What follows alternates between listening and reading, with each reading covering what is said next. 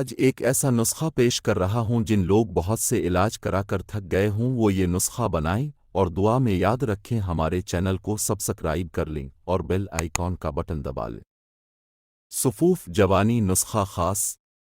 मोचर्स 20 ग्राम, समंदर सूख 20 ग्राम, तज कलमी 20 ग्राम, बीज बंद 20 ग्राम, मूसली सफ़ेद 20 ग्राम, मूसली सिया 20 ग्राम, ताल मखाना 20 ग्राम, सलबदाने 20 ग्राम, गोंद छुहारा 20 ग्राम, सिंघोड़ा खुश्क 20 ग्राम, होपहली 20 ग्राम, गोंद बबूल यानी कीकर की गोंद 20 ग्राम, सतावर 20 ग्राम, बहमन सुर्ख 20 ग्राम, बहमन सफ़ेद 20 ग्राम, तुख्म कूच 20 ग्राम, गोंद कतीरा 20 ग्राम, गोंद पीपल 20 ग्राम, मग़ज़ बिनौला 20 ग्राम।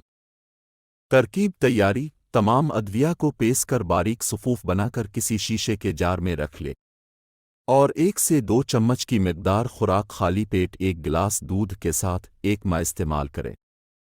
फ़वाइद।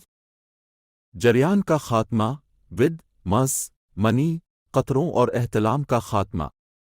नई ताकत पैदा करता है, मनी की मिक़दार में इजाफ़ा करता है, कसरत मुबाशरत से होने वाली कमज़ोरी को दूर करता है।